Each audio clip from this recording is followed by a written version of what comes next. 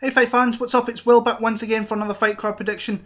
We are going to be breaking down UFC Fight Night 116 from the PPG Paints Arena in Pittsburgh, PA, as the former UFC middleweight champion Luke Rockhold faces former World Series of Fighting middleweight and light heavyweight champion David Branch in your main event, with Thiago Alves against Mike Perry as your co-main event. Like the card, some really kind of well-matched matchups. So looking forward to talking about that in a little second. Coming off UFC 215, ended up being a tough card to pick. A lot of big dogs came through. It's one of those cards where a lot of underdogs came through. I mean, Cajun Johnson, never in a million years seen him knocking out Adriano Martins. Gavin Tucker got his ass beat. Ashley Evans Smith just kind of played into Sarah Moraes' wheelhouse and got submitted there, and then Ketlin Vera made Sarah McMahon quit, which she's kind of known for, and pushed herself well up in the rankings in that division. So a bit of effie night. Nunes and Shevchenko was very, very close. How did you guys score that? I scored it 3-2 for Nunes. Just watched it back. I can see arguments for Shevchenko. It's that kind of middle third round, I think, which is the pivotal round, in all honesty. I thought at the time Nunes had it. Watched it back, I'm just slightly edging Nunes. Would have liked Valentina to get that belt. But it is what it is. She goes on and she's probably solidified herself as the best ever champion in the 135-pound women's division. So, yeah, moving on to this card. Looking forward to talking about it a little bit in a minute. Just as always, just thank you for the support. My subscribers are going up. You're getting involved. That's what I want. So thank you very much for that. Come and support my podcast. We need more of you guys coming over there and supporting us. We've got it in iTunes. We've got it in SoundCloud. We've got it on YouTube if that's what you want. We're just talking about, we recap the previous event. We talk about the next event. Talk about some matchups that have been made. You send in questions and stuff. So at MMA Huddle on Twitter, Instagram, Facebook, on YouTube, you will find us on there, talking all things MMA. Just a couple little shout outs. If you're not subscribed to the DFS Sniper Sean I has on here, I know there's a lot of people that play DraftKings that watch this. He will give you a lot of plays, underdog plays and so on for the upcoming card. He's trying to hit 100 subscribers before the end of the year. So just go and help him out there. And just a shout out to MMA Kilton and MMA God, two guys, YouTube creators who make prediction videos as well, who went through Hurricane Irma. Looks like everybody's okay. They came through, but just a shout out to those guys. I hope everything turned out okay for you guys. So getting into this one, we're starting off in the lightweight division. We've got Jason Saggo facing off against Gilbert Burns. Interesting matchup. I've always been pretty high in Gilbert Burns, but he always does stuff in his fights that really make me question why I thought he was maybe a contender or a good talent at one point or another. I think it's probably the ground specialities that he does hold. If he gets you down there, he's got every opportunity of submitting you, very much so. He did it. You've seen that he was down 2 rounds against Alex Oliveira, came through in the third round there when he had to, big time. I think he's fell in love with his striking a little bit. I think he has to get back to his roots and get this fight to the ground. If he gets the fight to the ground, he's got a huge chance to win any fight, because his skills down there are so legit. But I think he's fell in love with his striking with Henry Hooft, and his striking's not bad, but it's never going to be as good as what his ground game is. So he has to fight to his strengths. I think he has to try and clinch, make it dirty, and take it to the ground. Once it gets to the ground, Saggo's pretty decent on the ground himself, but I think that Gilbert Burns is levels above what Jason Saggo is down there. I mean, Saggo's coming off that loss, I remember last time out, which was, I thought he gave a good account of himself against Rustam Habilov, who's just one of those guys who's really tough to win a decision against, tough to win rounds against, really. So, and Gilbert Burns, I mean, he's coming off that loss to Michel Pesares, where he just kind of gassed and he faded out a little bit. And Pesares is one of those guys that you can't really do that with, because if he gets you down, he's very heavy, he's hard to manoeuvre around, and Prazeres was on top of him, but he just couldn't really get his submissions off just for the sheer weight of kind of Prazeres. He's pretty good at controlling fights down there. But before that, Lucas Sajewski caught him with a nice armbar.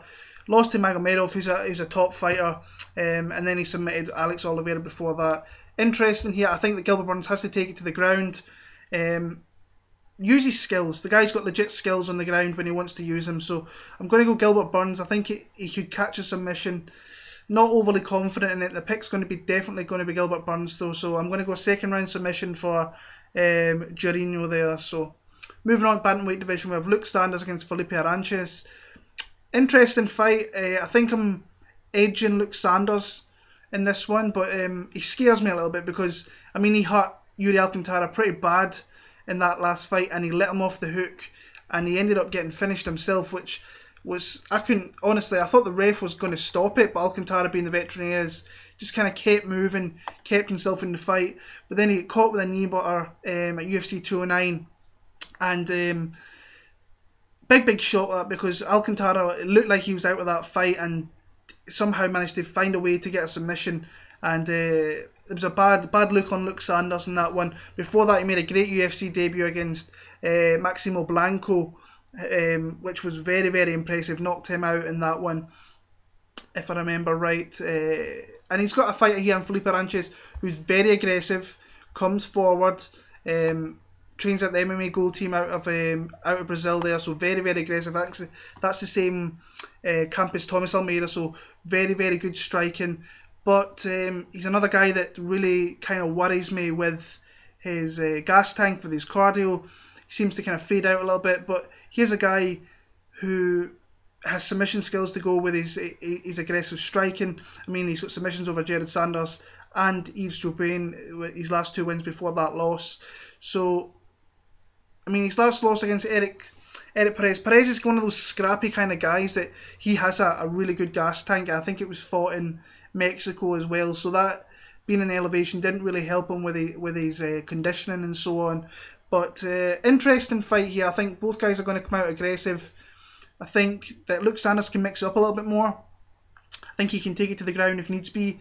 Has to be careful with Arantes early on, because if it goes to the ground, both guys will not be sweaty or anything, will not be as slippy as what the later rounds will be, so he could catch a submission there. On the feet, I think it could be close, but I just favour Luke Sanders a little bit. I think he could possibly get a finish. The most definitive kind of play in this one is definitely going to be Sanders via decision, but close fight. I'm about 60% confident in Luke Sanders here. I think it's a close fight, but I am edging Luke Sanders here. I think he can just mix up that little bit better than what Arantes can, and he can get the win here. Going for him via decision. Krzysztof Jotko against Uriah Hall's up next. This is the fight that was supposed to happen, I think, in Germany a couple of years back, and it fell through, and since then Uriah Hall's went one way, Krzysztof Jotko's went the other. Uriah Hall's been losing, and Jotko's been winning relatively a lot until his last fight, when he lost to David Branch at 211. Krzysztof Jotko, just a solid, underrated fighter with good skills in every department. It's just and he's always getting better. He's an American top team. He's training with good guys, sparring with good guys, and he's coming through. He's still one of the quiet guys in that middleweight division, and he can still push himself high in that division, or in, I think, maybe just on the verge of top 10, if not inside it, with a couple of good wins.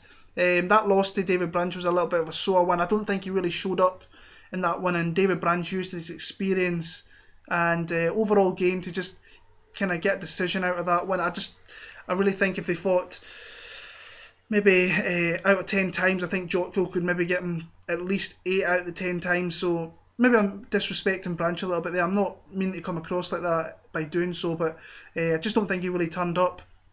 Uriah Hall, coming off, I think it's 3 losses in a row, and he's been stopped a couple of times as well. All to legit guys, in all honesty.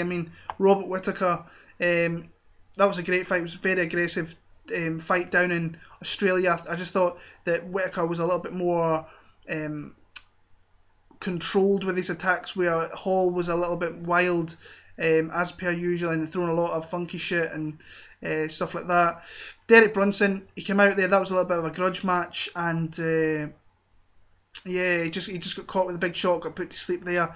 And then in Belfast last year against Gregor Moraes, he got starched, and that was a little bit of a... I thought it'd be a lot closer than that. I know Moraes was on a run at that point and was looking very, very good and becoming more of an aggressive fighter, and got the stoppage there in Belfast. He's a weird guy to be around, this Uriah Hall. He's not very approachable. There's not too many UFC fighters you can actually say that about, at least in my terms. Most of the events I've been to, pretty much every fighter is approachable. He was far from it, and it wasn't like there was lots of people that were annoying him or whatever, or coming up for pictures or autographs. Even kids I seen go up there where he wasn't too accommodating to them. After the fight, I must say he was a little bit more approachable, but just a guy you don't really want to be around too much. But he has, you just really don't know what Uriah Hall's going to turn up. If he turns up with his head where it should be in the game, he could beat a lot of good fighters. He really, really could. But I think it's not his physical skills. It's definitely in between his ears that his incapabilities, pretty much, to say the least. I just think that Jotko's going to mix this up, as long as he doesn't get into as long as he doesn't get backed up by what Hall's going to bring to him, and keep his back off the cage, and just watch for that like unexpected shit that Uriah Hall throws. I think that Jotko can secure takedowns. I think he can keep him there, and I think he can do that through the 3 rounds as well. So the pick's going to be Krzysztof Jotko via decision, and fairly confident that. You just have to be very, very careful of Uriah Hall, as always. Heavyweight division, this is an absolutely terrible fight. Anthony Hamilton against Daniel Spitz. Right, Daniel Spitz, he came in very short notice against Mark Godbeer earlier on in the year. I think it was at 209 maybe in Vegas. Former football player, so he's a big dude. He's 6'8". He's got like a huge reach advantage in this fight here, but he gasped pretty badly, and he couldn't even really throw shots kind of midway through that second round. Wasn't overly impressed with him. Anthony Hamilton, I mean, this guy ain't got no chin. He's in the heavyweight division. He got beat by a 205er who is a legit 205er, and got his chin absolutely displaced against Marcel Fortuna. In this fight, I don't know who to pick in this fight, because this is low level heavyweights here, and it's just, I think I'm going to go with the experience of Anthony Hamilton. I think as well, if he can somehow take down Spitz. Now I think Spitz could be quite hard to actually take down from his football background, so yeah, it's a hard fight to pick, because I've got no confidence in either guy whatsoever. I think I'm going to lean on the experience of Anthony Hamilton. I'm going to lean on the experience of him getting fights to the ground in the past and staying on top of guys and kind of pounding on them a little bit there. I think that if he gets him to the ground, he can definitely finish the fight. But this could be a sloppy fight for 15 minutes for as long as it takes place, or Hamilton could get him down and he could potentially just ground and pound him very, very quickly. I can see Spitz being one of those guys that looks for the door as well once he takes some shots. My pick's going to be Anthony Hamilton. I'm going to pick him via TKO, late TKO.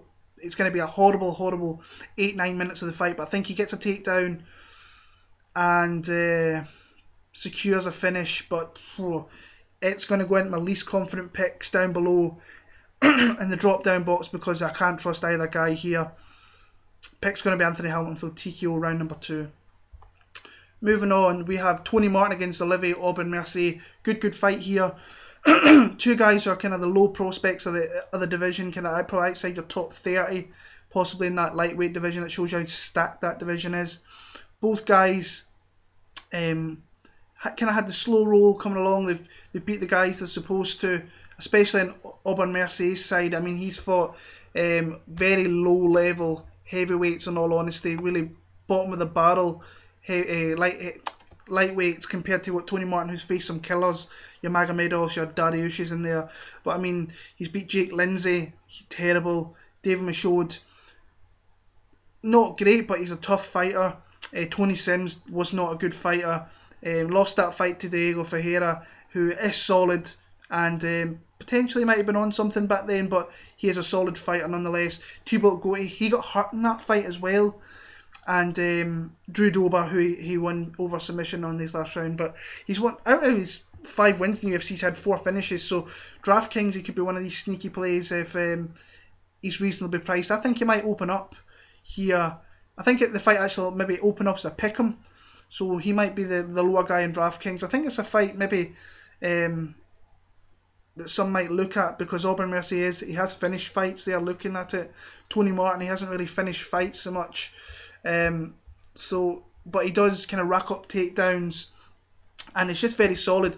In that fight with Johnny Case, I mean, in the past his cardio was kind of worried me a little bit, but I thought in that fight he paced himself very well. Started off slow and really revved it up through the middle rounds into the late rounds, and just kind of kept on Johnny Case and really won himself a nice decision there, in a grudge match as well, so a lot of animosity going into that fight, so that can wear you out. But I thought he fought very, very well. Alex White, I thought at the weekend he was phenomenal.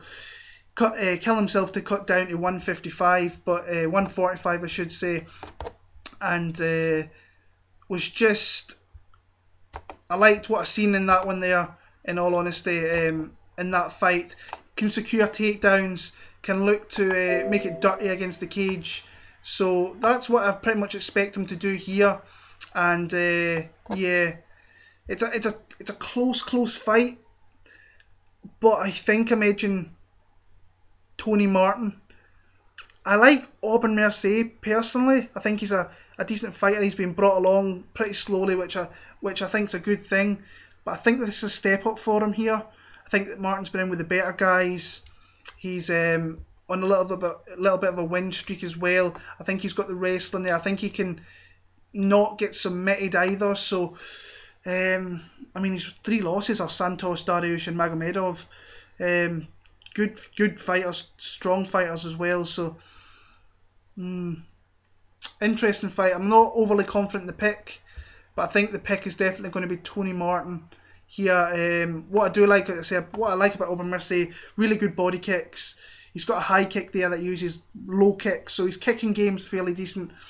I can maybe see Tony Martin capitalising on those kicks and taking him down to the ground and just kind of stifling him, controlling him there. Not try and get caught, like a limb caught in that one there. But Tony Martin's going to be the pick. Not overly confident. I think it's a close fight, but the pick will be Tony Martin via decision. 29-28. Heavyweight division, Justin Ledet against Zhu Anyanwu. Coming in here for Sosnovsky, who pulled out, I think it was yesterday or the day before. Justin Ledet is going to be the pick in this one. He's got a huge reach advantage. He's got like, I think it's a 9-inch reach advantage. He's got that boxing background. He pops the jab out there. He's going to be able to hit this guy at a distance where I don't think Anyanwu can really get in there. He's a power guy. Not so much his technique. He just barrels forward, throws heavy strikes. But I just think that Ledet's going to pop the jab out there and just really just beat him up in the feet. And I think that eventually he will get a finish due to strikes. I mean, Anyanwu, he probably deserved a UFC contract through the Dana White series when he beat Greg Rebello. I thought it was a pretty impressive performance from him there, but I just think Ledet's striking is going to be too much. So maybe Anyanwu will look to take the fight to the ground, but I think that Ledet, he has a little bit of a grappling there as well. He showed that in the fight with Mark Godbeer in Belfast last year, but he is coming off a suspension from USADA for, I can't remember what it was off the top of my head, but he is coming off a suspension which is nearly, I think it was nearly a year long, or 7-8 month ban, whatever it was. So yeah, in fact, did he not fight in Texas this year, or was he supposed to fight in Texas? Because he beat Chase Sherman, Mark Godbeer. Yeah, he was supposed to fight in Texas, and obviously USADA caught with him there. So I like him in this one. I think he can get a finish. I think he could get it at the end of the first, into the second. A pretty confident pick. One of my confident picks of the card. I just think Anyanwu is coming in here very short notice, and I think Ledet's just a little bit better than him in majority aspects of the game. So Justin Ledet there via TKO. I'm going to go early round number 2. This is the fight I'm looking forward to. One of the fights I'm looking forward to. Kamaru Usman against Sergio Moraes. Moraes doesn't really impress me all that much. I don't like his output. I think that he kind of plays around a little bit too much. He does have pretty legitimate jiu-jitsu skills, which is something that you have to be very careful of at all times.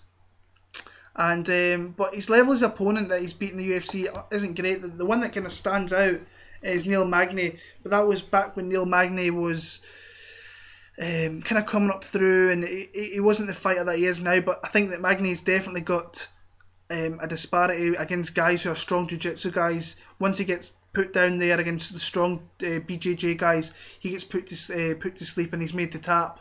Damian Maia got him, RDA got him at the weekend, and Sergio Moraes got him as well. Wins over Mikhail Labu, Omari Akhmedov, Zakko, which was very, very close in all honesty, and Davi Ramos, which I thought was a lot closer as well. Not top names in that UFC division, and I just think that Kamaru Usman is a level above anything that he's really faced. And I like what Kamaru Usman is doing, putting everything together, showing off his striking. He hurt Sean Strickland with his punches last time out, completely controlled him against the cage, and just wherever the fight went, he was completely dominant.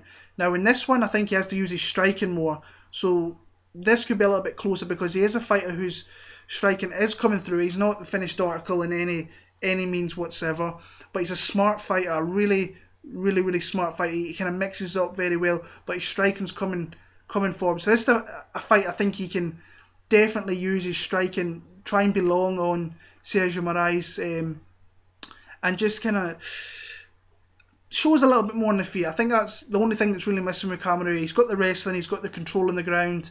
I think all his wins in the UFC are by decision, so let's try and see if we can get a finish in there, because that's the only way you're really going to push yourself up that division, I think, is by finishing a few fights. There is fights I do want to see him fight. Colby Covington, I think that'd be a good fight. Those guys have been jaw-jacking each other for a while. When I spoke to Kamaru in Glasgow, it's a fight he wanted. It was a fight that was going to get put together, but then it went separate. They went in separate ways there. So I like Usman in this one. I think he's going to dominate over 3 rounds. I hope he gets a finish. I just don't see it, because can he finish Moraes on the feet? Not yet. I don't see it at all. So Kamaru Usman 30-27, I think, pretty much across the board in that one there. Lightweight division, Gregor Gillespie against Jason Gonzalez. This is, I think, the definition of a gimme fight, pretty much. I don't see where Jason Gonzalez wins this fight any way whatsoever. Gregor Gillespie came out last time, showed really fast hands against Andrew Holbrook, put him down, put him out very, very quickly. He's got a great wrestling background as well. I've just looked at this fight and thought, where the hell is Jason Gonzalez got any advantage whatsoever? He's probably going to, I think he's going to be the bigger guy. That is maybe his only advantage, but I don't think it's going to make a blind bit of difference whatsoever. I think this Gregor Gillespie is a really good fighter, if he puts everything together with his hands, along with his grappling and his control, this guy is going to be a tough guy, a tough out for anybody. I thought in the Glico Franco fight, he got hit with too many shots, so that's something that he maybe has to clean up, is his defensive awareness, pretty much, not get hit with strikes. But he had a nice opponent in Andrew Holbrook, where he absolutely kind of dominated him. He just came out, hit him with a big shot. He went down. I think he cashed a lot of bets for a lot of people that night, because I know some buddies of mine were on him inside the distance at under 1.5, which was plus money. So Gregor Gillespie's the pick here. I think he's going to find the chin of Jason Gonzalez. I think wherever the fight goes, he's got an advantage. I think he's going to knock him out. I'm going to go a first round knockout against Jason Gonzalez here. So Gillespie, round 1, TKO. Hector Lombard against Anthony Smith's up next. This is a bit of one of these kind of smelly fights I'm not too sure on. And I'm making a pick here on a guy that I don't think's that great, but I don't think Hector Lombard is really in the best place of his career. I think he's on his way out, pretty much.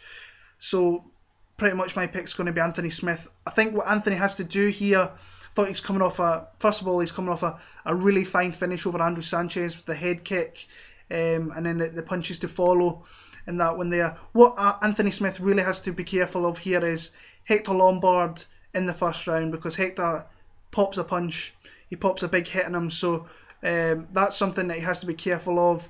I can probably see him losing that first round. What I do like Hector up at 185, that cut to 170 must have been pretty bad for him, bad for his gas tank, but I don't think his gas tank's overly great anyway, so at middleweight I don't think that's going to stick around for 3 rounds. Coming off that loss to Johnny Hendricks as well, Johnny's not in the best of shape, so he had an opportunity to win that fight if he pushed himself a little bit more, didn't do it. Of course he's got the judo background, so he could use that to his advantage here and take the bigger man down in this fight. I think what Anthony Smith has to do, just don't get hit with a big shot in the first and try and fight long, because he has got a reach advantage over Hector Lombard here. He's the bigger guy, and try and get into the second round. If he can get into the second round, I think he has every opportunity to finish this fight. And I hate to say it because I'm not the biggest fan of Anthony Smith, never have been. I don't think he's a great fighter in all honesty, but I think he's got enough here to beat Hector Lombard in this fight. So the way I'm seeing it is that he survives, he maybe gets clicked up a little bit, but comes through in rounds 2 or 3, could potentially get a finish. But I'm going to go Anthony Smith. I'm going to go via decision.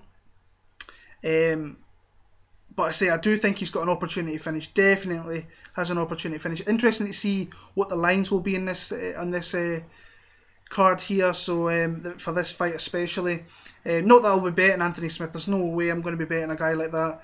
But the pick's going to be Anthony Smith. I think he survives round 1, gets in the later rounds, and potentially wins a decision. So sloppy fight, I think, but I've got him in that one there. Co-main event: Mike Platinum Perry against Thiago Alves. Platinum Mike Perry, I should say. Really interesting fight. I was actually watching fights about 4 hours ago. I went back and watched a lot of Thiago Alves' fights from back in the day. Guy was a destroyer, still is a destroyer. So yeah, really interesting fight. This was a fight I wasn't really expecting much out of. I had a preconceived way of how I thought this fight was going until I watched the tape.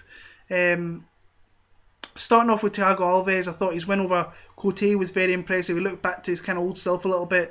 Big leg kicks, dropped Patrick Cote with a counter left hook, which he's done a lot of times as well, and it's always open. He always seems to find an opening for it. I mean, Chris Lightley caught back in the day. Josh Koscheck was another one he caught back in the day. I think he maybe caught Jordan Means with a little bit as well. Thiago Alves, when he puts his combinations together, he's really, really strong. The right jab with the low kick, when he follows it up with that, is always a big plus for him. Leg kicks have been one of Thiago Alves' biggest strengths throughout his UFC career. The guy's got perfect Muay Thai leg kicks. I mean, he opens his hip up very, very well, and he lands some devastating strikes. He did that with Cote. Cote didn't like it anymore. Mixed in takedowns as well. So, thing is with that fight, Cote was on the chopping block. He was going to retire, I think, win or lose, whatever happened in that fight. So he always had that in his mind. So that's something I always take into consideration. But it was still a very, very good performance nonetheless.